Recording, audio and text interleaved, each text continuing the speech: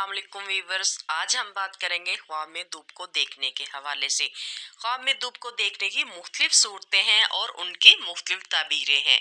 जैसा कि ख्वाब में रोशन और नरम धूप देखना, सख्त और तेज धूप देखना। अगर आप इन दोनों सूरतों की ताबीर जानना चाहते हैं तो वीडियो को एंड तक लाजमी देखिएगा। ख्वाब में रोशन और नरम धूप देखना, अगर कोई शख्स ख्वाब में नरम और रोशन धूप देखता है और इस धूप से वो सुकून महसूस करता है तो ये उसके लिए खुशहाली, नेकबख्ती और कामयाबी की अलामत है। इसके साथ एक छोटी सी रिक्वेस्ट है कि अगर आपने मेरे चैनल को अभी तक सब्सक्राइब नहीं किया तो इसको सब्सक्राइब कर दें, बेल नोटिफिकेशन को ऑन कर दें ताकि हर नई आने वाली वीडियो सबसे पहले आप तक पहुंच सके।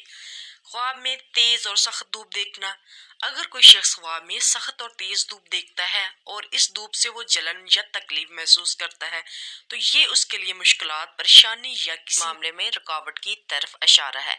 ख्वाब देखने वाले को चाहिए सदका करे, इस्तग़फ़ार करे। वल्लाह आलम।